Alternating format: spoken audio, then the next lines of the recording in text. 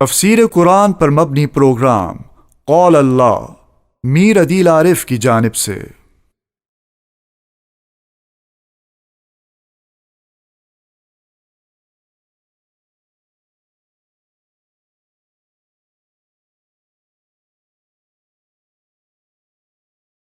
بسم اللہ الرحمن الرحیم۔ پروگرام قال اللہ میں آج ہم انشاءاللہ سورہ صاد کا چوتھا رکوع ترجمے اور تفسیر کے ساتھ پڑھیں گے۔ علی حسب ترتیب سب سے پہلے چوتھے رکوع کا ترجمہ ہوگا اور اس کے بعد اس کی مختصر جیسی تشریح اور تفسیر ہوگی۔ اعوذ باللہ من الشیطان الرجیم، بسم اللہ الرحمن الرحیم۔ واذکر عبدنا ایوب، اور ذکر کیجئے ہمارے بندے ایوب کا،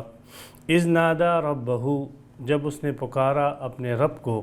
انی مسنی الشیطان، کہ بے شک مجھے پہنچی ہے شیطان کی طرف سے، بنصب، ایذا و عذاب اور تکلیف، اور کچھ برجلی کا، حکم ہوا ایوب علیہ السلام کو کہ اپنا پاؤں مارو زمین پر، ھذا مغتسل بارد،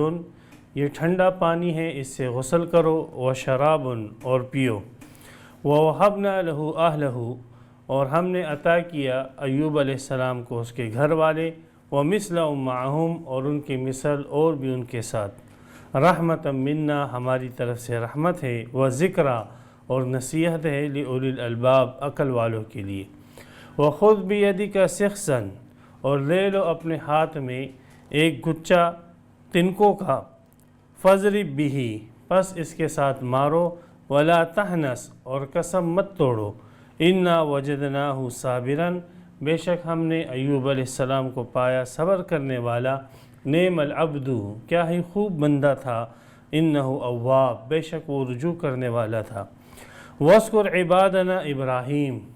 اور ذکر کیجئے ہمارے بندوں میں سے ابراہیم کا، و اسحاق، اور اسحاق کا، و یعقوب، اور یعقوب کا، اولی الایدی والابصار، جو ہاتھوں والے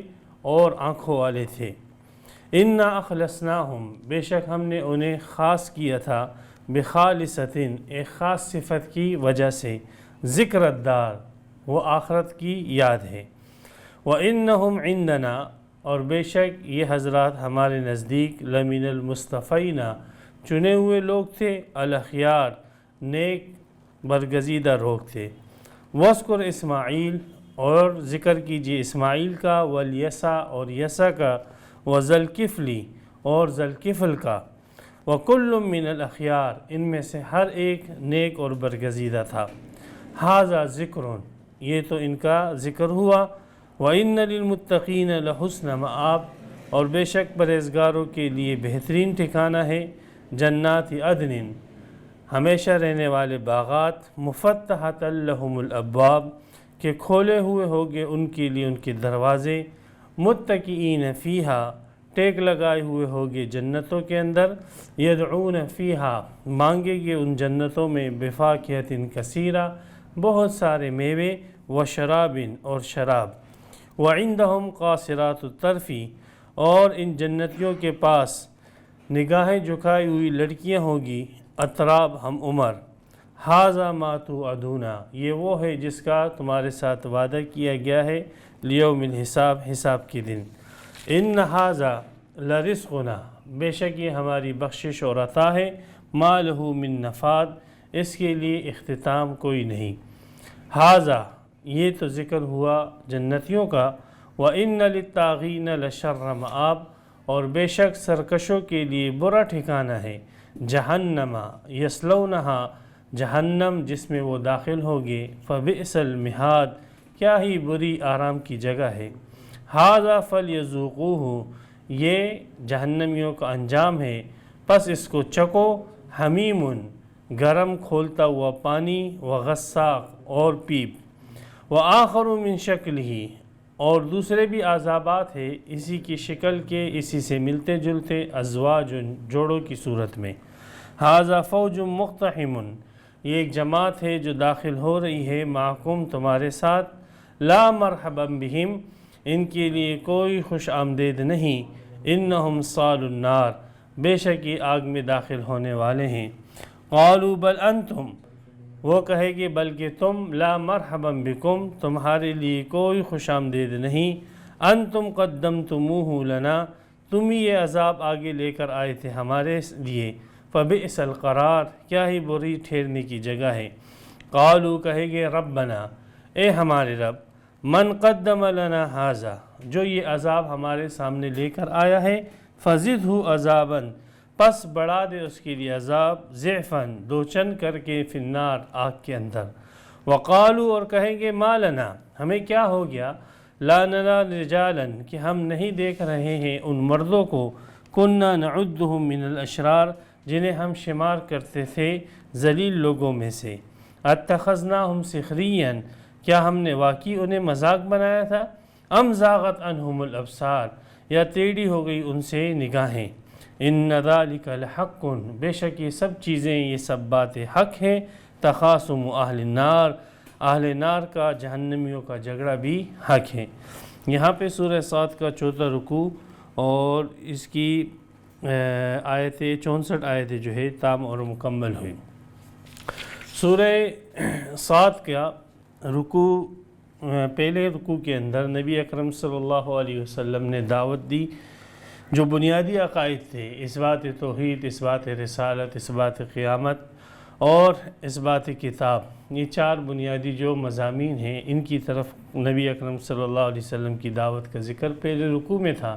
اور مشرکین نے نبی اکرم صلی اللہ علیہ وسلم کی اس دعوت کا تمسخر اڑایا، مذاق اڑایا، اس کا رد کیا، اور اس کی مخالفت کے اوپر وہ اتر آئے، اور آپ علیہ السلام کو مختلف قسم کی زبانی اور جسمانی ایذا اور تکلیفیں پہنچائی۔ نبی اکرم صلی اللہ علیہ وسلم کو اس دعوت کے کام میں تسلی کے لیے اللہ سبحانہ و تعالی نے داؤد علیہ السلام کا واقعہ ذکر کیا، اور اس کے بعد حضرت سلیمان علیہ السلام کا واقعہ ذکر کیا۔ اب یہاں پر حضرت ایوب علیہ السلام کا اور اس کے ساتھ اجمالاً کچھ اور انبیاء کرام کا واقعہ ذکر ہے، پھر اس کے بعد جنتیوں اور جہنمیوں کے کچھ حالات جو ہے وہ ذکر ہوں گے۔ تو حضرت ایوب علیہ السلام اللہ تعالیٰ کے ایک برگزیدہ نیک پیغمبر تھے، جو اللہ سبحانہ و تعالیٰ ان کی آزمائش میں مبتلا ہوئے، اور وہ آزمائش بڑی سخت آزمائش اور بیماری تھی، اور وہ بیماری ان کے ظاہر جسم اور باطن جسم دونوں کو گھیرے ہوئے تھی، اور وہ بیماری ایسی بھی نہیں کہ کچھ دن، 2 دن، 4 دن یا ہفتہ مہینہ رہے، بلکہ 18 سال تک وہ بیماری میں مبتلا رہے۔ پھر بیماری کے ساتھ ساتھ ان کا جتنا مال تھا وہ سارا کا سارا مال اور متاع وہ سارا برباد اور ضائع ہو گیا، اور چھت گرنے کی وجہ سے ان کے اہل و عیال اور بیوی بچے وہ بھی سب فوت ہو گئے، صرف ایک ہی بیوی ان کے پاس رہی، اور وہی اس کی خدمت گزاری کرتی تھی، اور وہی جو ہے حضرت ایوب علیہ السلام کے لیے کھانے پینے وغیرہ کا انتظام بھی کرتی تھی اور ان کی خدمت کرتی تھی۔ تو یہ جو آزمائش کی ایک طویل جو ہے وہ گھڑی تھی، اور حضرت ایوب علیہ السلام نے انتہائی صبر کے ساتھ اور انتہائی شکر کے ساتھ جو ہے یہ گھڑیاں بتائی۔ تو اس میں نبی اکرم صلی اللہ علیہ وسلم کو بھی تسلی ہے کہ آپ پر جو تکلیف آئی ہے یہ تو حضرت ایوب علیہ السلام کی تکلیف سے کم ہے، اور اس کا وقت بھی جو ہے حضرت ایوب علیہ السلام کے وقت سے کم ہے، لہذا آپ حضرت ایوب علیہ السلام کے واقعے کو یاد کریں تو اس سے آپ کو جو ہے تسلی ہوگی، اس لیے کہ اپنے ہم مشن ساتھیوں کے جب حالات کو پڑھا جاتا ہے تو انسان کو تسلی ہوتی ہے اور انسان کو ڈھارس ہوتی ہے۔ تو وَاذْكُرْ عَبْدَنَا ایوب، یاد کریں ہمارے بندے ایوب کو۔ وَاذْكُرْ کے میں عرض کر چکا ہوں 2 معنی تھے، ایک معنی تو یاد کرنے کا اور دوسرا معنی ذکر کرنے کا۔ یاد کریں ہمارے بندے ایوب کو، اور یاد کریں ذکر کریں ہمارے بندے ایوب کا، لوگوں کے سامنے بھی ان کی حالات بتائیں۔ اذ نادا ربہ، جب تکلیف جو ہے 18 سال کو گھیرے ہوئی تھی اور حضرت ایوب علیہ السلام نے کوئی گلہ شکوہ اللہ کے سامنے نہ لایا، پھر کچھ ایسے حالات ہوئے کہ شیطان جو ہے ان پر وسوسے ڈالنے لگا، لوگوں کے اوپر وسوسے ڈالنے لگا، حتیٰ کہ لوگ آپس میں چیمگوئیاں کرنے لگے کہ دیکھو ایوب علیہ السلام سے کون سا ایسا گناہ سرزد ہو گیا کہ جس کی وجہ سے اتنی طویل بیماری کے اندر یہ مبتلا ہیں، اور دیکھو اللہ اس سے کتنے ناراض ہیں کہ اتنی طویل بیماری کے اندر یہ مبتلا کر دیے گئے ہیں۔ تو یہ لوگوں کی چھیمہ گوئیاں تھیں جو ان کے کانوں میں پڑتی تھی، اس سے دل برداشتہ ہوتے تھے، اور پھر خود شیطان بھی ان کے دل میں وسوسے ڈالنے لگا کہ اگر آپ اللہ تعالیٰ آپ سے راضی ہوتے تو کبھی اتنی طویل جو ہے ابتلا کے اندر آپ کو مبتلا کر کے نہ رکھتے۔ تو حضرت ایوب علیہ السلام نے جب دیکھا کہ لوگوں کی ایمان بھی خراب ہونے کو ہیں اور شیطان بھی جو ہے وہ میرے دل میں وسوسہ ڈال رہا ہے، تو حضرت ایوب علیہ السلام اللہ کی طرف متوجہ ہوئے اور ان سے شفا دینے کی درخواست کی۔ فرمایا اذ نادا ربہ، جب اس نے پکارا اپنے رب کو، انی مسنی الشیطان بنصب و عذاب، کہ بے شک مجھے شیطان نے ایذا اور تکلیف پہنچائی۔ نصب اور عذاب دو الفاظ آئے ہیں، تو دو الفاظ میں اشارہ ہے یا تو ظاہری بیماری اور باطنی بیماری کی طرف، کہ ان کے ظاہری اعضاء بھی بیمار تھے اور ان کے اندرون جو تھے گردے اور دل وغیرہ وہ بھی تکلیف کے اندر مبتلا تھے۔ یا بنصب و عذاب، بعض مفسرین نے کہا نصب سے مراد جو ہے وہ مالی تاوان ہے، اور عذاب سے مراد جو ہے وہ جسمانی جو ان کو بیماری لگی وہ مراد ہے۔ تو بہرحال شیطان کی طرف اس بات کی نسبت کی گئی ہے کہ شیطان نے یہ ایذا اور تکلیف اور یہ عذاب جو مجھے پہنچا ہے یہ شیطان کی طرف سے پہنچا ہے۔ حالانکہ حقیقت یہ ہے کہ ہر چیز کا خالق اللہ سبحانہ و تعالی ہے، اللہ ہی خیر کا خالق ہے اور اللہ ہی شر کا خالق ہے۔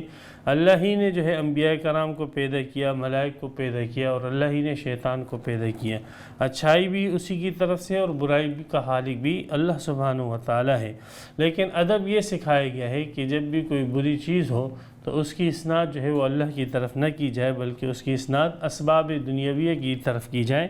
اور اس کی اسناد جو ہے مخلوق کی طرف کی جائے، اور جو اچھی چیزیں ہیں اور اچھی باتیں ہیں ان کی اسناد جو ہے اللہ تعالیٰ کی طرف کی جائے۔ حضرت ابراہیم علیہ السلام کا ذکر سورہ شعراء میں آتا ہے، ان کا ایک جملہ نقل کیا گیا وہاں پر، اذا مرضت فہو یشفین، کہ جب میں بیمار ہوتا ہوں تو اللہ تعالیٰ مجھے شفا دیتے ہیں۔ حالانکہ بیماری بھی اللہ ہی کی طرف سے ہے اور شفا بھی اللہ کی طرف سے ہے، لیکن انہوں نے شفا کی اسناد تو اللہ کی طرف کی ہے اور بیماری کی نسبت اپنی طرف کی ہے، تو یہ ادب ہے۔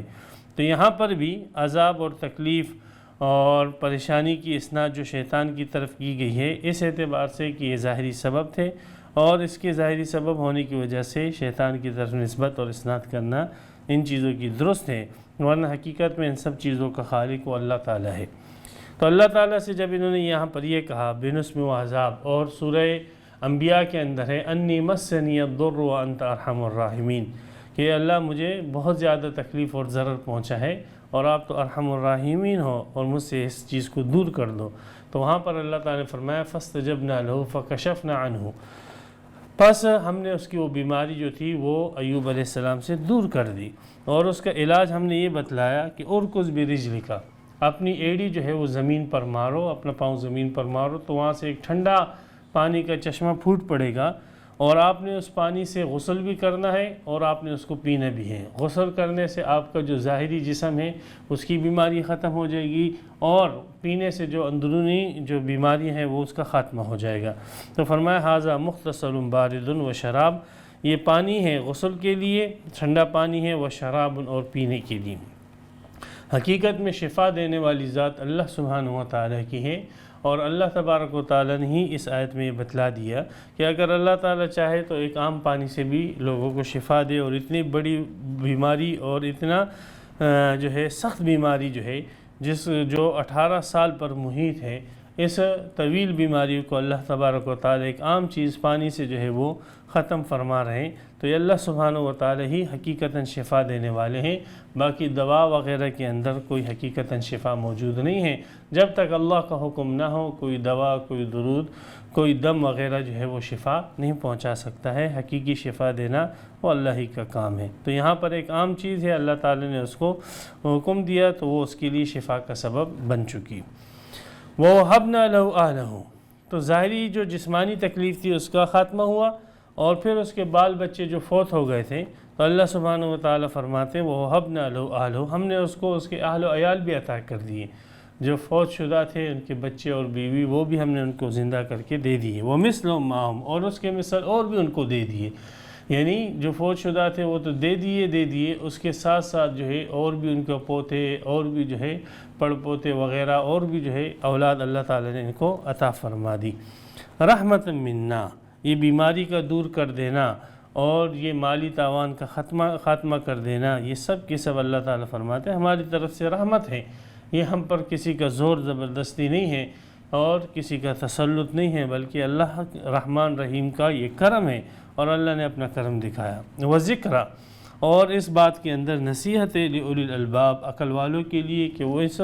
حضرت ایوب علیہ السلام کے واقعے سے عبرت حاصل کریں اور نصیحت حاصل کریں کہ دیکھو اللہ کا جلیل القدر پیغمبر ہیں اور نبوت سے بڑھ کر انسانیت کے اندر کوئی مقام اور درجہ اور کوئی نہیں ہے، لیکن اتنے اللہ کے نبی، اللہ کے مقرب نبی ہیں، لیکن وہ اپنے آپ کو شفا نہیں دے سکتے ہیں، اپنے آپ سے تکلیف کو دور نہیں کر سکتے ہیں۔ جب ان کو بھی اپنے آپ سے تکلیف دور کرنے کی ضرورت پیش آئی تو انہوں نے اللہ کی طرف رجوع کیا، تو پتہ لگا کہ جو شخص جتنا بھی بڑا ہو جائے جب تک وہ اللہ سبحانہ و تعالیٰ کی طرف رجوع نہیں کرتا، اللہ سبحانہ و تعالیٰ کے بغیر کوئی شخص بھی کسی کو شفا وغیرہ کچھ بھی نہیں دے سکتا۔ اس لیے غیر اللہ سے شفاؤں کی امید رکھنا، غیر اللہ سے مصیبتوں کے ازالے کی امید رکھنا، غیر اللہ جتنا بھی بڑا اللہ کا ولی اور نیک ہو جائے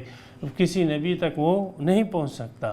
جب نبی اپنے آپ سے جو ہے آئی ہوئی بیماری کو دور نہیں کر سکتا، اپنے مری ہوئی اولاد کو دوبارہ زندہ نہیں کر سکتا، اپنے مالی تاوان کو ختم نہیں کر سکتا، تو پھر بعد کے لوگوں کا کیا جو ہے حیثیت ہے ایک اللہ کے نبی کے سامنے۔ تو لہذا سب کو چاہیے کہ اپنی پریشانیوں میں رجوع اللہ کی طرف کریں۔ تمام انبیاء نے اپنی پریشانیوں میں رجوع اللہ کی طرف کیا ہے، اس لیے قیامت تک آنے والے ہیں ہر انسان کو چاہیے کہ اپنی تکلیف اور پریشانیوں میں رجوع انسانوں کی طرف نہ کرے، جنات کی طرف نہ کرے، ملائکہ کی طرف نہ کرے، کسی زندہ اور مردہ انسان کی طرف نہ کرے، بلکہ تمام مشکلات کے اندر، تمام پریشانیوں کے ازالے اور بیماریوں کے خاتمے میں رجوع اللہ کی طرف کریں۔ بے شک وہی جو ہے ہر قسم کی پریشانی سے دور کرے گا۔ یہاں پر دو جو ان کی پریشانیاں تھیں، ایک جسمانی تھی اور دوسری مالی، ان کے ازالے کا گھر والوں کے اعتبار سے ان کے ازالے کا تو ذکر آ چکا۔ باقی مالی پریشانی اس کو اللہ سبحانہ و تعالیٰ نے کیسے دور کیا، تو اس کا ذکر بخاری شریف کی حدیث میں آتا ہے کہ حضرت ایوب علیہ السلام غسل فرما رہے تھے تو دوران غسل سونے کے پتنگے جو ہے وہ آ کر ان کے اوپر گرنے لگے، تو انہوں نے ان کو جمع کیا۔ تو اس طریقے سے اللہ سبحانہ و تعالیٰ نے ان کی جو مالی نقصان تھا اس کا ازالہ فرمایا۔ تو یہ تینوں جو ان کے اندر ہی باتیں تھی، جسمانی جو بیماری تھی وہ بھی اللہ نے دور کر دی، اور اہل و عیال بھی اللہ نے پہلے سے بڑھا کر واپس لوٹا دیے، اور جو مالی نقصان ہوا تھا اللہ تبارک و تعالیٰ نے اس کا بھی ازالہ فرما دیے۔ وَخُذْ بِيَدِكَ سِخْزًا، یہاں پر اس آیت میں اشارہ ایک واقعے کی طرف جو حضرت ایوب علیہ السلام کی بیماری کے دوران پیش آیا۔ وہ واقعہ یہ تھا کہ حضرت ایوب علیہ السلام کی بیوی ان کی خدمت کرتی تھی، یہ بیماری پڑے رہتے تھے، تو حضرت ایوب علیہ السلام کی بیوی لوگوں کے ہاں جاتی، جھاڑو پہنچا کرتی اور خدمت کرتی، اور وہ اس کو کچھ کھانے پینے کو دیتے، خود بھی کھاتی، اپنے شوہر کو بھی کھلاتی۔ تو ایک دن حضرت عبداللہ ابن عباس رضی اللہ تعالیٰ فرماتے وہ آ رہی تھی کہ راستے میں شیطان ایک طبیب اور ڈاکٹر کی صورت میں ان کے سامنے آئے اور کہنے لگے کہ میں آپ کے شوہر کا علاج کروں گا۔ تو اس خاتون نے کہا کہ میرے پاس معاوضہ نہیں ہے کہ میں آپ کو کوئی اس کا معاوضہ دے دوں۔ تو شیطان نے کہا کہ مجھے معاوضے کی ضرورت نہیں ہے، صرف اتنی بات ہے کہ جب آپ کا شوہر ٹھیک ہو جائے تو آپ اور آپ کا شوہر یہ جملہ کہہ دے کہ ہمیں یہ شفا جو ہے اس ڈاکٹر اور طبیب نے دی ہے۔ تو اس کی بیوی نے کہا کہ ٹھیک ہے، میں اپنے شوہر سے پوچھ لوں۔ پھر حضرت ایوب علیہ السلام کے پاس آئی اور حضرت ایوب علیہ السلام کے سامنے واقعہ ذکر کیا اور کہا بہت اچھا ڈاکٹر اور طبیب ہے اور کوئی پیسے بھی نہیں مانگتا، اور صرف یہ کہتا ہے کہ آپ یہ جملہ کہہ دینا کہ شفا مجھے وہ اس طبیب اور ڈاکٹر نے دی ہے۔ تو حضرت ایوب علیہ السلام نے جب غور کیا تو اللہ نے ان پر ظاہر کیا کہ یہ تو شیطان تھا۔ تو حضرت ایوب علیہ السلام نے اس ٹائم قسم کھائی کہ اللہ کی قسم، اگر جب میں صحت مند ہو جاؤں تو پھر میں تجھے 100 جو ہے ڈنڈے ماروں گا کہ تو جو ہے کیسے شیطان کی اعلی کار بنی اور مجھے بھی جو ہے شیطان کے جال کے اندر پھنسانا چاہ رہی تھی، تو میں تجھے 100 ڈنڈے لگاؤں گا۔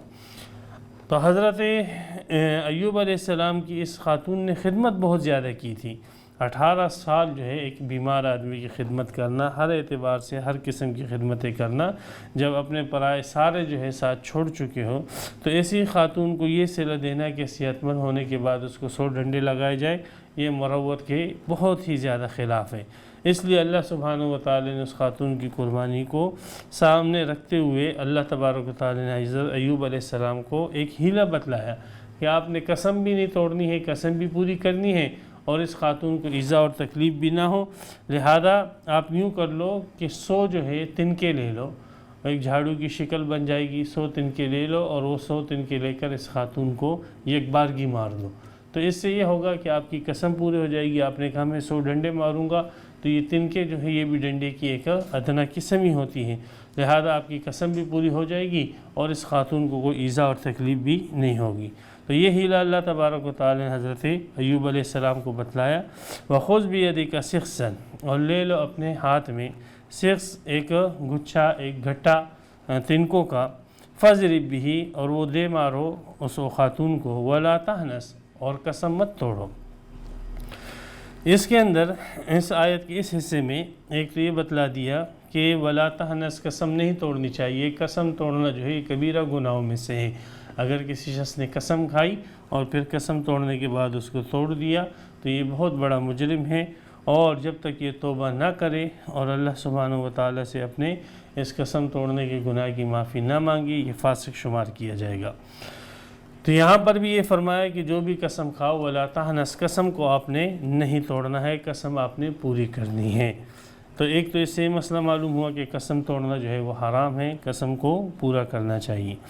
دوسرا یہ ہے کہ اگر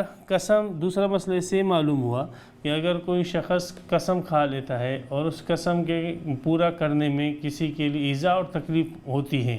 تو ایسی صورت میں کوئی ہیلہ کر کے اس طریقے کو اختیار کیا جائے، ایسے انداز کو اختیار کیا جائے کہ جس کی وجہ سے وہ قسم بھی پوری ہو جائے اور کسی شخص کو جو ہے وہ تکلیف اور ایذا بھی نہ پہنچے، تو اس کی بھی گنجائش ہے۔ اسی سے جو ہے فقہاء کرام نے مسائل نکالے ہیلے کے، کہ ایسی صورت میں کہ اگر آپ کسی شرعی مسئلے کے اندر کوئی شخص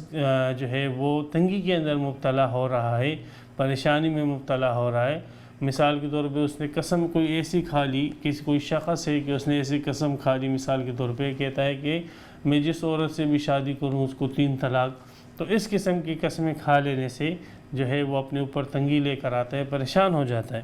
تو اس قسم کی قسموں سے جو ہے نکلنے کا جو ہے فقہاء کرام نے ہیلے بتلائے ہیں، اور یہ آیت اصل ہے ہیلہ شرعی کی، کہ ایسے موقع پر کہ جس میں آپ کے کسی مسلمان کو ایذا اور تکلیف پہنچ رہی ہو یا تنگی واقع ہو رہی ہو، تو تنگی کے دفعے کے لیے اور کسی مسلمان سے پریشانی کو دور کرنے کے لیے جو ہے کسی ہیلے کو اختیار کیا جا سکتا ہے۔ اس کو ہیلہ شرعی کہا جاتا ہے، اور اس کے تفصیلی احکامات جو ہے فقہ کی کتابوں میں۔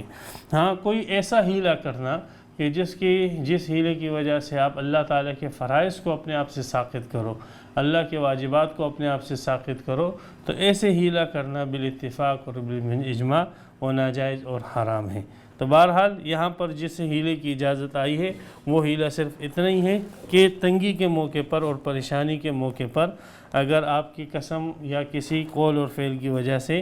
کسی مسلمان کو ایذا اور تکلیف پہنچتی ہے، تو اس ایذا اور تکلیف کو اس انداز سے دفع کیا جائے کہ قسم بھی پوری ہو جائے اور اس مسلمان کو ایذا اور تکلیف بھی نہ پہنچے۔ بلکہ آپ علیہ الصلوۃ والسلام نے تو یہاں تک فرمایا کہ مسلمان کو ایذا پہنچانا، کہ تکلیف پہنچانا یہ تو حرام ہے۔ لہذا اگر کسی شخص نے، آپ علیہ السلام فرمایا بخاری مسلم کی حدیث ہے، کسی شخص نے قسم کھائی کہ میں یہ کام کروں گا یا یہ کام نہیں کروں گا، اور اس کام کا نہ کرنا یا اس کام کا کرنا اس کے لیے بہتر ہے، تو آپ علیہ السلام نے فرمایا اس شخص کو چاہیے کہ اگر یہ ہیلہ وغیرہ کچھ نہیں کر سکتا ہے تو اس شخص کو چاہیے کہ اپنی قسم کو توڑ دے اور اپنی قسم کا کفارہ ادا کرے۔ مثال کے طور پہ ایک شخص نے قسم کھائی کہ خدا کی قسم میں جو ہے وہ روزے نہیں رکھوں گا یا نماز نہیں پڑھوں گا، تو ایسے شخص کے اوپر لازم اور ضروری ہے کہ یہ شخص نماز پڑھے، روزے رکھے اور اپنی قسم کا جو ہے وہ کفارہ ادا کرے۔ اِنَّا وَجَدْنَاهُ صَابِرًا، بے شک ہم نے پایا حضرت ایوب علیہ السلام کو صبر کرنے والا۔ تو اس سے پتہ لگا، حالانکہ حضرت ایوب علیہ السلام نے اللہ تعالیٰ کے سامنے عاجزی کی، گریہ زاری کی، بیماری کو دفع ہونے کے لیے دعا کی، اس سے پتہ لگا کہ اللہ تعالیٰ کے سامنے گریہ زاری کرنا، عاجزی کرنا، دعا مانگنا یہ صبر کے منافی نہیں ہے۔ اللہ ہی کے سامنے رونا چاہیے. جیسے حضرت یعقوب علیہ السلام کے بیٹے جب گم ہو گئے تھے تو حضرت یعقوب علیہ السلام نے یہ فرمایا کہ فصبر جمیل واللہ المستعان علی ما تصفون، صبر میں کروں گا، صبر بہترین چیز ہے. اور لیکن ساتھ ساتھ وہ اللہ کے سامنے اپنی رونا اور گریہ بھی جاری رکھے ہوئے تھے اور کہتے تھے کہ انما اشکو بسی وحزنی الی اللہ، میں اپنی شکایت، اپنا غم اللہ ہی کے سامنے پیش کرتا ہوں. تو اللہ کے سامنے گریہ زاری کرنا اور اس سے جو ہے دعائیں مانگنا اس صبر کی منافی نہیں ہے. تو انا وجدناہ صابرا، بے شک ہم نے پایا ایوب علیہ السلام کو صبر کرنے والا. نعم العبد، کیا ہی خوب اور بہترین بندہ ہے. انہ اواب، بے شک وہ رجوع کرنے والا ہے. یہ صفت حضرت داؤد علیہ السلام کے لیے بھی آئی تھی، سلیمان علیہ السلام کے لیے بھی آئی تھی، اور اب یہاں پر حضرت ایوب علیہ السلام کے لیے آ رہی ہے. وَاذْكُرْ عِبَادَنَا ابراہیم، ہمارے بندوں میں سے ابراہیم کا ذکر کریں، اسحاق کا ذکر کریں، اور اسحاق کے بیٹے یعقوب کا ذکر کریں. اولی الایدی والابصار، یہ ہاتھوں والے اور آنکھوں والے تھے. اب یہاں پہ سوال یہ ہوگا کہ سارے انسان ہاتھوں والے ہیں اور سارے انسان آنکھوں والے ہیں، تو اللہ تعالیٰ نے یہ کیسے فرما دیا کہ ابراہیم، اسحاق اور یعقوب یہ ہاتھوں اور آنکھوں والے ہیں؟ تو حقیقت یہ ہے کہ اللہ تعالیٰ کے ہاں اور قرآن مجید کا طرز یہ ہے کہ اللہ تبارک و تعالیٰ نے انسان کو جو نعمتیں دی ہیں، جب انسان ان نعمتوں کو ان محل میں خرچ کرے اور استعمال کرے کہ جس محل کے لیے اور جس موقع کے لیے اللہ تبارک و تعالیٰ نے وہ نعمتیں دی ہیں، تب وہ ان نعمتوں والا شخص کہلائے گا. اور اگر ان نعمتوں کو اس نے اس محل میں خرچ نہ کیا اور اس جگہ میں صرف نہ کیا تو وہ نعمتوں والا اور بغیر نعمتوں والا دونوں جو ہے وہ برابر ہے. اس لیے قرآن مجید کے اندر وہ لوگ کہ جن کو اللہ نے علم دیا لیکن انہوں نے اپنے علم کے مقتضا پر عمل نہ کیا، تو اللہ تعالیٰ نے ان کو گدھا کہا. فرمایا مثل الذین حملوا التوراۃ ثم لم يحملوها كمثل الحمار، مثال ان لوگوں کی جن کو اللہ تعالیٰ نے تورات دی پھر انہوں نے اس کے اوپر عمل نہ کیا، ان کی مثال جو ہے وہ گدھے کی طرح ہے. یہ لوگ ان لوگوں کو جن کو اللہ نے علم دیا اور پھر ان پر اپنے علم کے مقتضا پر عمل نہ کیا تو یہ جاہل کی طرح ہے. حتیٰ کہ اللہ تبارک و تعالیٰ نے اگر کسی کو انسان بنایا تو انسانیت کا مقتضا تو تقاضا یہ تھا کہ یہ آدمی موحد ہو، اور انسانیت کا تقاضا یہ ہے کہ یہ آدمی مسلمان ہو، انسانیت کا تقاضا یہ ہے کہ یہ مومن ہو اور رسول پاک صلی اللہ علیہ وسلم کا متبع ہو. لیکن اگر کوئی شخص ظاہری طور پر انسان ہے اور اللہ تبارک و تعالیٰ کی توحید کو نہیں مانتا، پیغمبر علیہ السلام کی اطاعت نہیں کرتا، تو اللہ تبارک و تعالیٰ نے ایسے شخص کو چوپایا اور جانور قرار دیا ہے. فرمایا اولئک کالانعام، یہ لوگ تو جانوروں کی طرح ہے، بل ہم اضل، بلکہ جانوروں سے بھی بدتر مخلوق ہیں. تو ان لوگوں کو جو نعمتیں اللہ تبارک و تعالیٰ نے دی تھی، ان نعمتوں کو انہوں نے اپنے محل میں خرچ نہ کیا، اس لیے ان کا ہونا اور نہ ہونا، شدن نہ شدن، یہ برابر ہے. ہاں، جن لوگوں کو نعمتیں دی اور وہ نعمتیں انہوں نے اپنے محل اور مصرف میں خرچ کی تو حقیقت میں نعمتوں والے لوگ یہی ہیں. اس لیے اللہ تبارک و تعالیٰ نے فرمایا ابراہیم اور اسحاق اور یعقوب کو جو ہم نے ہاتھ دیے، تو جس مقصد کے لیے ان کو ہاتھ دیے تھے انہوں نے اپنے مقصد میں اپنے مصرف اور محل کے اندر ہاتھ کا استعمال کیا. جس مقصد کے لیے ان کو آنکھیں دی اور آنکھوں کی نعمت دی تھی، اس مقصد اور اس محل کے اندر انہوں نے اپنی آنکھوں کی نعمتوں کو استعمال کیا. اس لیے در حقیقت آنکھوں والے اور ہاتھوں والے یہی ہیں. اور جن لوگوں کو اللہ نے آنکھیں دی ہیں لیکن وہ آنکھوں کے ذریعے سے گناہوں کو دیکھتے ہیں، اللہ کی نافرمانیوں کو دیکھتے ہیں اور غلط کاموں کے اندر اپنی آنکھوں کو استعمال کرتے ہیں، تو در حقیقت یہ لوگ اندھے ہیں. اگرچہ بظاہر جو ہے ان کی آنکھیں ہیں لیکن اللہ کے نزدیک یہ لوگ جو ہے اندھے ہیں. جن کو ہاتھ دی ہیں لیکن ہاتھوں کو وہ اپنے محل میں استعمال نہیں کرتے ہیں، تو اللہ کے نزدیک اس قسم کے لوگ لولے ہیں. تو بہرحال اللہ تعالیٰ نے فرمایا ابراہیم، اسحاق اور یعقوب یہ ہاتھ اور آنکھوں والے ہیں، یعنی انہوں نے ان نعمتوں کو اپنے محل میں اور صحیح جگہ پر صرف کیا. انا خلصناہم، اللہ تعالیٰ نے فرمایا ان لوگوں کو، ان انبیاء کرام کو ہم نے خاص کیا اپنے ساتھ، بخالصۃ، ایک خاص صفت کی وجہ سے. یہ اللہ تعالیٰ کے چنے ہوئے بندے تھے اور اللہ تعالیٰ کے معزز اور مکرم انبیاء تھے، لیکن اللہ تعالیٰ فرماتے ہیں ان کو جو ہم نے خلوص اور خصوصیت عطا فرمائی ہے وہ ایک صفت عامہ کی وجہ سے عطا فرمائی ہے. انا خلصناہم بخالصۃ،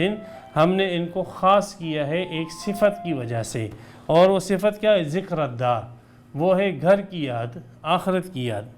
آخرت کی یاد ایک ایسی صفت ہے کہ جس صفت کی وجہ سے اللہ تبارک و تعالی نے ان نیک لوگوں کو اپنا خاص بندہ بنایا ہے۔ تو ان کو یہ خصوصیت جو حاصل ہوئی ہے صفت عامہ کی وجہ سے حاصل ہوئی ہے۔ یہ صفت عامہ اگر زید، عمر، بکر کوئی بھی مسلمان اس صفت عامہ کو اپنے اندر پیدا کر لے اور آخرت کو مستحضر رکھے اور قیامت کو مستحضر رکھے اور اللہ کے سامنے جواب دہی کو مستحضر رکھے، تو یہ بھی اللہ تبارک و تعالیٰ کا خاص بندہ بن جائے گا۔ تو اگر خاص بندہ بننا ہے، شیطان کے تسلط سے اپنے آپ کو بچانا ہے، تو اس کا نسخہ یہی ہے کہ ذکر دار کہ قیامت کو یاد کرو اور اللہ کے سامنے جواب دہی کو یاد کرو۔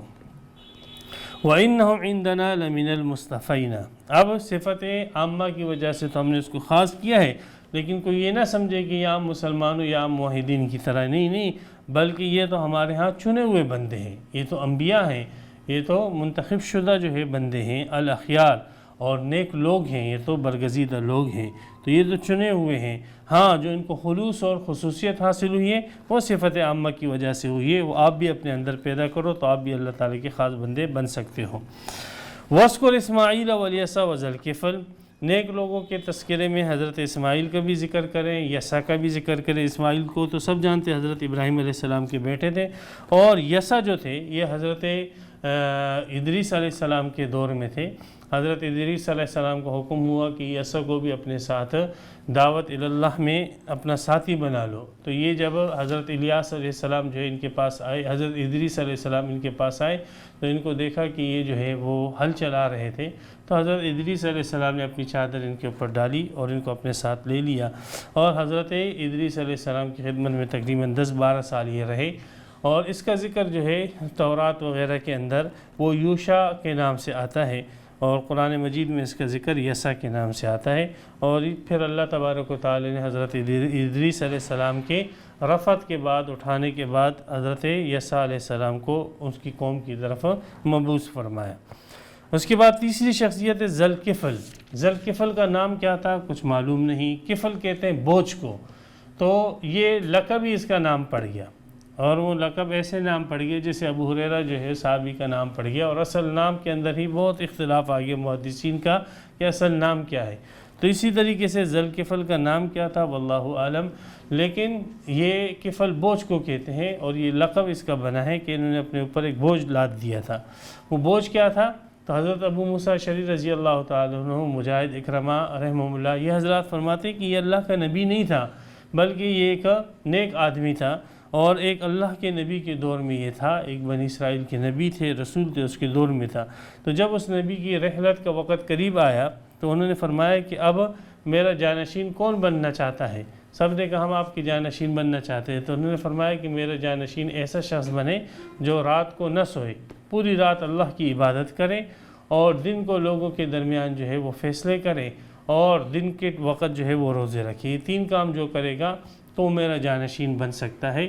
تو میں اپنا جانشین اس کو بنا دوں گا۔ چنانچہ حضرت ذوالکفل جو ہے وہ کھڑے ہو گئے اور کہا کہ میں دن کو روزے رکھوں گا، رات کو سوؤں گا نہیں، پوری رات عبادت کروں گا، اور لوگوں کے درمیان جو ہے ان کے مسائل حل کروں گا۔ تو اس نبی نے دیکھا ذوالکفل کو کہ یہ نوجوان ہے، انہوں نے کہا آپ نوجوان ہو، آپ بیٹھ جائیں۔ پھر انہوں نے اعلان کیا کہ 3 صفات کی ذمہ داری کوئی اختیار کرتا ہے تو میں اس کو اپنی نیابت دے دوں گا۔ پھر یہ ذوالکفل کھڑے ہوئے اور کوئی نہیں کھڑا ہوا۔ تیسری مرتبہ جب یہ کھڑے ہوئے تو حضرت اس بنی اسرائیل کے اس نبی، مقدس نبی نے جو ہے وہ اپنی ذمہ داری ذوالکفل کو دے دی، اور ذوالکفل نے وہ بوجھ اٹھا لی اپنے اوپر، اور پھر پوری عمر دن کو روزہ رکھتے اور رات بھر عبادت کرتے اور لوگوں کے معاملات اور مسائل حل کرتے تھے۔ نیند کے لیے انہوں نے ظہر سے لے کر عصر تک کا وقت مقرر کیا تھا، اور اس دوران یہ آرام کیا کرتے تھے، سو جاتے تھے۔ شیطان نے اس وقت بھی آ کر، جیسے روایتوں میں آتا ہے، ان کو ڈسٹرب کرنے کی کوشش کی تاکہ ان کی نیند خراب ہو جائے، اور ان کا جو یہ بنایا ہوا ایک تسلسل ہے یہ تسلسل ٹوٹ جائے، اور ان کی رات کی عبادتوں میں خرابی واقع ہو جائے۔ لیکن اللہ تبارک و تعالی نے جو ہے ان کو استقامت عطا فرمائی، اور شیطان جو ہے جو انہوں نے ان کی نیند خراب کرنے کی کوشش کی، اس کے داؤ اور مکر سے اللہ نے اس کو بچا دیا۔ تو یہ 3 اشخاص یہ آ گئے، اسماعیل، یسع اور ذوالکفل۔ پیچھے ابراہیم، اسحاق اور یعقوب تھے، اور اس کے پیچھے جو ہے وہ 3 اور انبیاء تھے، سلیمان علیہ السلام، داؤد علیہ السلام اور حضرت ایوب علیہ السلام۔ تو یہ سلسلہ انبیاء کرام کا 9 جو ہے، اس میں 8 انبیاء ہو گئے اور ایک اللہ کا ولی ذوالکفل ہو گیا۔ وَكُلُّ مِنَ الْأَخْيَارِ، یہ سارے کے سارے لوگ جو ہے برگزید اور نیک لوگ تھے۔ ھذا ذکر، یہ تو ہوا ان لوگوں کا ذکر، مطلب نیک لوگوں کا ذکر آپ نے کرنا ہے تو اس طریقے سے کرے کہ ان کی اچھائیاں اور ان کی دعوت اللہ، کس طریقے سے انہوں نے اللہ کا پیغام پہنچایا اور اس میں کیا کیا تکلیفیں انہوں نے برداشت کی، اور کس طریقے سے انہوں نے اللہ کے احکامات پر عمل کیا، اور اللہ کے پیغام کو جو ہے چاردانگ عالم کے اندر جو ہے انہوں نے پھیلانے کی کوشش کی۔ اس قسم کی جو ان کی باتیں ہیں اور ان کے واقعات ہیں اور ان کے جو علوم ہیں اور ان کے جو معارف ہیں، ان کو بیان کیا جائے۔ نہ یہ کہ انبیاء کرام کے من گھڑت اور جھوٹے واقعات بیان کیے جائے، معجزات بیان کیے جائے، اولیاء کرام کے جھوٹے واقعات اور جھوٹی کرامتیں بیان کی جائے، اور ان جھوٹی کرامتوں کا اثر یہ ہو کہ لوگ ان کو خدا کا درجہ دے دے، الہ کا درجہ دے دے اور ان سے اپنی حاجت مانگنے لگے۔ تو اس قسم کا یہ ذکر جو ہے، یہ ذکر خیر نہیں، ذکر شر ہے۔ ھذا ذکرون، یہ ہے ذکر، نیک لوگوں کا ذکر اس انداز سے ہو کہ جو بھی آپ نے اس کے متعلق اس کے فضائل بیان کرنے ہیں وہ مضبوط اور پختہ ہوں، صحیح ہوں اور صحت کے ساتھ ثابت ہو، اور وہ ایسے ہوں کہ اس کے اندر ان کی قربانیاں بیان کی گئی ہو اور اللہ کی طرف دعوت دینا بیان کیا گیا ہو، تاکہ ان کے حالات کے اندر لوگوں کو اللہ کے دین کے ترویج کے لیے قربانی دینے اور اپنا تن من دھن لگانے کا جذبہ پیدا ہو، نہ یہ کہ ان کے اندر شرکیات کی بیماری پیدا ہو۔ تو ھذا ذکر، یہ تو ذکر ہوا انبیاء کرام کا، صلحاء کا۔ باقی وَإِنَّ لِلْمُتَّقِينَ لَحُسْنَ مَآب، یہ جو 2 گروہ بن چکے کہ ایک وہ جنہوں نے نیک لوگوں کو ستایا، انبیاء کرام کو ستایا، ان کی تعلیمات کو رد کیا، اور دوسرا وہ کہ جنہوں نے انبیاء کرام کی تعلیمات کو قبول کیا۔ تو یہ دونوں گروہوں کے انجام کو یہاں پر بیان کیا جا رہا ہے کہ جو پرہیزگار لوگ تھے اور جنہوں نے انبیاء کرام کی دعوتوں کو قبول کیا اور اس پر عمل کیا، لحسن مآب، ان کے لیے بہترین ٹھکانہ ہے۔ جنات عدن، باغات ہیں ہمیشہ رہنے والے۔ عدن کا ایک معنی تو ہمیشہ رہنے ہے، اور دوسرا معنی یہ ایک علم بھی ہے ایک خاص جنت کا کہ اس کے لیے جنت عدن ہے یا اس کے لیے ہمیشہ رہنے والے باغات ہیں۔ مفتحۃ لہم الابواب، کھولے جائیں گے ان کے لیے دروازے۔ مفتحۃ، تو یہ دروازے جو ان کے لیے کھلے ہوں گے یہ اس وقت جب یہ لوگ جنت میں جائیں گے، یہ نہیں ہے کہ ابھی سے ان کے لیے دروازے جو ہے جنت کے کھول دیے گئے، نہیں، مفتحۃ لہم الابواب، بلکہ ان کے لیے جب یہ لوگ جنت میں جائیں گے اور جنتی بنیں گے تو اس وقت ان کے لیے جنت کے دروازے کھلے ہوئے ہوں گے، اور یہ جہاں کہیں پر بھی جانا آنا چاہے تو بلا روک ٹوک جو ہے وہ جا آ سکے گی۔ مفتحۃ لہم الابواب کا مقصد یہ ہے کہ ابھی نہیں بلکہ جنت میں جانے کے بعد ان کے لیے جنت کے دروازے کھلے ہوئے ہوں گے۔ اس لیے کہ حدیث میں آتا ہے، نبی اکرم صلی اللہ علیہ وسلم فرمایا کہ جنت کے دروازے وہ رمضان میں کھولے جاتے ہیں اور جہنم کے دروازے وہ رمضان میں بند کر دیے جاتے ہیں۔ اسی طرح ایک اور حدیث میں آپ علیہ الصلوۃ والسلام نے فرمایا، سب سے پہلے جو ہے جنت کا دروازہ میرے لیے کھولا جائے گا، اور جب تک میرا قدم جنت میں نہ پڑے ساری انسانیت حتیٰ کہ انبیاء کرام کے اوپر بھی جنت حرام ہوگی۔ تو مفتحۃ لہم الابواب کا مطلب یہ ہے کہ ابھی نہیں کھلے ہیں، بلکہ جب یہ جنت میں داخل ہوگے تو اس وقت ان کے لیے جنت کے دروازے کھلے ہوگے۔ متقین فیہا، یہ اگلا جملہ بھی اس کے اوپر دلالت کرتا ہے کہ یہ جنت میں دخول کے بعد کے حالات ہیں، اس لیے کہ آگے جو حالات ذکر ہو رہے ہیں یہ بھی جنت میں دخول کے بعد کے ہیں۔ ٹیک لگائے ہوئے ہوں گے فیہا، جنت کے اندر، باغات کے اندر ٹیک لگائے اپنے بستروں کے اوپر جو ہے آرام سے، گدوں کے اوپر، تختوں کے اوپر، صوفوں کے اوپر جو ہے وہ بیٹھے ہوئے ہوں گے۔ یدعون فیہا بفاکہۃ کثیرۃ، اور مانگے گے اس میں مختلف قسم کے بہت سارے میوے، کہیں گے یہ بھی لے آؤ، یہ بھی لے آؤ، یہ بھی لے آؤ، یہ بھی لے آؤ، مختلف چیزوں کا آرڈر دے گی۔ وہ شرابن، اور شراب کا بھی آرڈر دے گی، تو وہاں پہ شراب بھی ہوگا اور کھانا پینا بھی ہوگا، ہر قسم کی لذت کی چیزیں وہاں پر ہوگی، کھانا پینا۔ وعندہم قاصرات الطرف، اور پھر اس سے بڑھ کر یہ کہ ان کے پاس لڑکیاں ہوگی جن کی نظریں جھکی ہوئی ہوگی، اطراف ہم عمر ہوگی، یا تو ایک دوسرے کی ہم عمر ہوگی یا جنتیوں کی ہم عمر ہوگی، اور جنتیوں کی عمریں 33 سال ہے جیسے روایتوں میں آتا ہے۔ تو ان کے پاس کھانے پینے کی بھی فراوانی ہوگی، ہر قسم کی شراب بھی ہوگی اور شباب بھی ان کے پاس ہوگا۔ ھذا ما توعدون لیوم الحساب، یہ کھانے پینے کی فراوانی، یہ شراب اور یہ شباب اور یہ لذت کی ساری چیزیں، یہ وہ ہے جس کا تمہارے ساتھ وعدہ کیا جا رہا ہے، لیکن یہ تمہیں دنیا میں نہیں بلکہ لیوم الحساب، حساب کے دن جو ہے یہ چیزیں آپ کو ملے گی جب آپ حساب کتاب میں کامیاب ہو جاؤ گی۔ پھر یہ جتنا عیش ہے، یہ باغات ہیں، یہ محلات ہیں اور یہ شباب اور شراب ہیں، یہ ایسی چیزیں نہیں ہیں کہ آپ کو ایک دن 2 دن کے لیے، ہفتہ 2 ہفتے کے لیے دے دی جائیں، بلکہ یہ ہمارا ایسا رزق ہے مالہ من نفاد کہ اس کا کوئی اینڈ نہیں ہے، کوئی خاتمہ نہیں ہے، کبھی ختم نہیں ہوگی۔ یہ عورتیں بھی آپ کے پاس ہمیشہ رہے گی، یہ مال دولت بھی آپ کے پاس ہمیشہ، یہ خوراک بھی آپ کے پاس ہمیشہ رہے گی، یہ بنگلے بھی آپ کے پاس ہمیشہ رہے گی۔ یہ ساری کی ساری چیزیں ایسی ہیں کہ اس کے لیے کوئی اینڈنگ نہیں ہے، کوئی اختتام نہیں ہے، کوئی فنائیت نہیں ہے۔ حاذا، یہ تو ذکر ہوا ان لوگوں کا کہ جنہوں نے انبیاء کرام کی بات مانی اور ان کی پیروی کی۔ وَإِنَّ لِلطَّاغِينَ لَشَرَّ مَآبٍ، اس کے برعکس، اس کے بالمقابل جو سرکش ہے ان کے لیے برا ٹھکانہ ہے، اور وہ جہنم کی صورت میں، وہ جنت تھی یہاں پہ جہنم، یصلونہا، یہ جہنم میں داخل ہوگے، فبئس المہاد، کیا ہی بری ان کے لیے آرام کی جگہ ہے۔ ھذا فلیذوقوا، یہ عذاب ہے، اب اس کو چکھو۔ حمیم، کھولتا ہوا پانی ہے عذاب کی شکل، وغساق، اور پیپ ہے۔ غساق کے ایک معنی جو ہے پیپ کے ساتھ کیے گئے ہیں، اور ایک معنی انتہائی ٹھنڈا پانی جو آدمی پی نہ سکے، اتنے ٹھنڈے پانی کو بھی غساق کہا جاتا ہے۔ تو بعض مفسرین نے پہلے معنی کو ترجیح دی ہے کہ حمیم و غساق پیپ، اس لیے کہ دوسری آیت میں غساق سے مراد پیپ لیا گیا ہے، اور بعض نے تقابل کی وجہ سے دوسرے معنی کو ترجیح دی ہے۔ بہرحال دونوں معنی صحیح ہیں، ممکن وہاں پر پیپ کا عذاب بھی ہوگا اور وہاں پر بہت زیادہ ٹھنڈے پانی کا عذاب بھی ہوگا۔ وآخر من شکلہ، اور دوسرے بھی عذابات ہوگے اسی کی شکل کے، اسی سے ملتے جلتے، ازواجن، اور جوڑے جوڑے ہوگے، یعنی ضدین کی شکل کے اندر ہر قسم کے عذاب آپ کو دیے جائے گی۔ ھذا فوجن، اچھا یہ جہنمی جو جہنم کے اندر ہوگے اور جنہوں نے رسولوں کی تکذیب کی اور اس کی لائی ہوئی تعلیمات کو رد کر دیا اور اس کے اوپر عمل نہیں کیا، تو اس میں 2 گروہ ہوئے۔ ایک گروہ تو وہ ہے جو ان کے لیڈروں کا ہے اور ان کے بڑوں کا ہے اور ان کی پارٹیوں کے وڈیروں کا ہے اور سرداروں کا ہے، جنہوں نے ان کو گمراہ کیا تھا۔ یہ سردار، یہ وڈیرے اور یہ پارٹی کے لیڈر جو ہے یہ پہلے جہنم کے اندر جائے گی، اور اس کے بعد جو ہے جو ان کے متبعین اور ان کے زندہ باد کے نعرے لگانے والے ہیں وہ ان کے بعد جو ہے جہنم میں جائے گے۔ یہ واقعہ، یہ بات جو ہے قرآن مجید میں کئی جگہوں پر اس کو تفصیل سے بیان کیا، سورہ سبا کے اندر، سورہ احزاب کے اندر اور سورہ اعراف کے اندر بھی غالباً اس چیزوں کا ذکر آ چکا۔ تو یہ جب ان کے پیروکاروں کی فوج داخل ہوگی جہنم کے اندر تو ان کے لیڈر ان کو دیکھ کر کہیں گے لا مرحبا بہم، تمہارے لیے کوئی خوش آمدید نہیں ہے،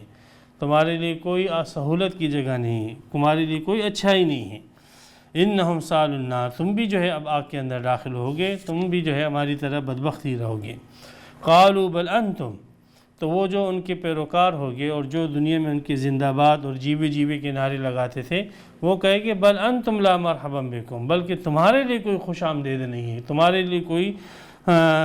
آرام کی جگہ نہیں ہے۔ انتم قدمتموہ لنا، تم وہ بدبخت ہو کہ جو یہ عذاب ہمارے سامنے لے کر آئے ہو، تمہاری وجہ سے ہم اس عذاب کے اندر مبتلا ہوئے۔ فبئس القرار، کیا ہی بری ٹھہرنے کی جگہ ہے۔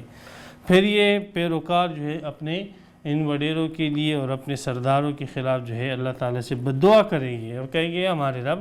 من قدم لنا ھذا، جو لوگ ہمارے سامنے یہ عذاب خداوندی لے کر آئے ہیں اور جس کی وجہ سے ہم اس عذاب میں مبتلا ہوئے ہیں، فزدہ عذابا ضعفا فی النار، ان کے لیے آگ کے اندر عذاب کو دگنا کر دے، بڑھا چڑھا کر ان کو عذاب دے۔ وقالوا ما لنا، یہ جو لیڈر ہے اور جو ان کے متبعین اور پیروکار ہیں، ان کی جب آپس کے جھگڑے اور مماریاں ختم ہو جائے گی تو پھر یہ کہیں گے کہ کیا ہو گیا کہ جن لوگوں کو ہم دنیا کے اندر کمینے سمجھتے تھے، ذلیل اور کمتر لوگ سمجھتے تھے، یعنی مسلمان، وہ ہمیں جن پر ہم دنیا میں مذاق اڑاتے تھے اور کہتے تھے یہ کیسے جو ہے پرانے خیالات کے لوگ ہیں اور کیسے بیکورڈ لوگ ہیں، یہ دنیا سے پیچھے رہ جانے والے لوگ ہیں، جن لوگوں کا ہم دنیا میں مذاق اڑاتے تھے وہ کہاں گئے؟ وہ ہمیں جہنم میں نظر نہیں آ رہے۔ کیا واقعی ہم نے ان کا مذاق اڑا کر جو ہے کوئی غلط کام کیا تھا اور واقعی وہ مذاق کے قابل لوگ نہیں تھے، یا ہے وہ جہنم کے اندر لیکن ہمیں کہیں نظر نہیں آ رہے؟ وہ اس طرف متوجہ ہو جائے گی۔ تو ما لنا لا نرى رجالا، ہمیں کیا ہو گیا کہ ہم ان لوگوں کو نہیں دیکھ رہے ہیں کننا نعدہ من الاشرار، جن کو ہم شریر سمجھتے تھے، دہشت گرد سمجھتے تھے، برا سمجھتے تھے، دنیا کے اندر بیکورڈ سمجھتے تھے، اتخذناہم سخرین، کیا واقعی ہم نے ان کو مذاق بنایا تھا کہ ان کو مذاق نہیں بنانا چاہیے تھا اور ہم نے ان کو دنیا میں مذاق بنایا؟ ام زاغت عنہم الابصار، یا نگاہیں ان سے جو ہے پھر چکی ہے موجود یہاں پر لیکن ہمیں نظر نہیں آ رہے۔ سورہ مومنون کے اندر بھی اس کا ذکر ہے۔ سورہ مومنون کے اندر اللہ تبارک و تعالیٰ نے ان لوگوں کا ذکر کیا کہ جن لوگوں کا انہوں نے مذاق اڑایا، تو اللہ تبارک و تعالیٰ نے وہاں پر بیان فرمایا کہ جن لوگوں کا تم نے مذاق اڑایا تھا دنیا کے اندر اور جن کو تم شریر اور برے لوگ سمجھتے تھے اور کمتر اور گھٹیا لوگ سمجھتے تھے اور دنیا سے پیچھے رہ جانے والے لوگ سمجھتے تھے، آج ہم نے ان کو ان کے صبر کی وجہ سے اور استقامت علی الدین اور توحید کی وجہ سے بڑے درجات دیے ہیں۔ اس کا ذکر سورہ مومنون کے اندر ہے۔ ان ذالک لحق، بے شک یہ ساری کی ساری باتیں بالکل پکی ٹھکی ہیں، سچ ہے۔ جیسے دن کو سورج نکلتا ہے سچ، رات کو اندھیرا ہوتا ہے سچ ہے، اسی طریقے سے ساری کی ساری باتیں کوئی الف لیلا کی کہانیاں نہیں ہیں، یہ بالکل پکی ٹھکی اور سچ بات ہے۔ تخاصم اہل النار، جہنمی اسی طریقے سے جھگڑیں گے، اور یہ ساری کی ساری باتیں ہم آپ کو شروع ہی سے بتا رہے ہیں تاکہ آپ اپنا ٹھکانہ خود ہی بنا لو دنیا کے اندر، یا تو متقین کے گروہ میں چلے جاؤ اور یا طاغین کے گروہ میں چلے جاؤ، اب اختیار آپ کے پاس ہے۔ اگر آپ نے متقین کے گروہ میں جانا ہے تو دنیا میں آپ نے تھوڑی سی تکلیف اٹھانی ہوگی، اپنے نفس کی مخالفت کرنی ہوگی، اپنی خواہشات کو کچلنا ہوگا اور اللہ کے اور رسول کے بتائے ہوئے حکم اور طریقے پر اپنی زندگی گزارنی ہوگی۔ اور اگر آپ کو طاغین کے طریقے پر چلنا ہے اور اس کے ٹھکانے تک پہنچنا ہے تو پھر آپ کے لیے راستہ کھلا ہے، آپ جو ہے اللہ تعالیٰ کی اور رسول کی کھل کر مخالفت کرو، آپ کو دنیا میں کوئی نہیں پکڑے گا، لیکن پھر آئندہ آپ کا انجام یہ ہوگا جو ابھی بتلا دیا جا چکا ہے، اور یہ بالکل پکی ٹھکی بات ہے، اس لیے کہ بتانے والا بھی خالق ہے، اور جس نے پیغام جو ہے پہنچایا ہے وہ اللہ کا مقدس سچا اور بالکل صادق مصدوق رسول ہے، اور اس کی باتوں میں کوئی جھوٹ نہیں ہوتا، لہذا اپنا جو ہے آپ خود ہی فکر کر لو۔ تو یہ دو وہ ٹھکانے بتلا کر اللہ تعالیٰ نے یہاں پر اہل مکہ کو اور پھر قیامت تک آنے والے تمام انسانوں کو جو ہے اس پر متنبع کیا ہے کہ آپ کے سامنے دو راستے ہیں۔ یہاں پر سورہ 7 کا 4واں رکوع پورا ہو چکا۔ اللہ تبارک و تعالی ہمارا حشر جو ہے وہ ان لوگوں میں کرے کہ جو اللہ کے حکموں کو پورا کرتے ہیں پیغمبر علیہ السلام کے طریقوں کے مطابق، اور جن کے لیے اللہ نے حسن معاف کا وعدہ کیا ہے، اور اللہ تعالی ہم سب کی حفاظت فرمائے طاغین اور شر معاف سے۔ تفسیر قرآن پر مبنی پروگرام قول اللہ میر عدیل عارف کی جانب سے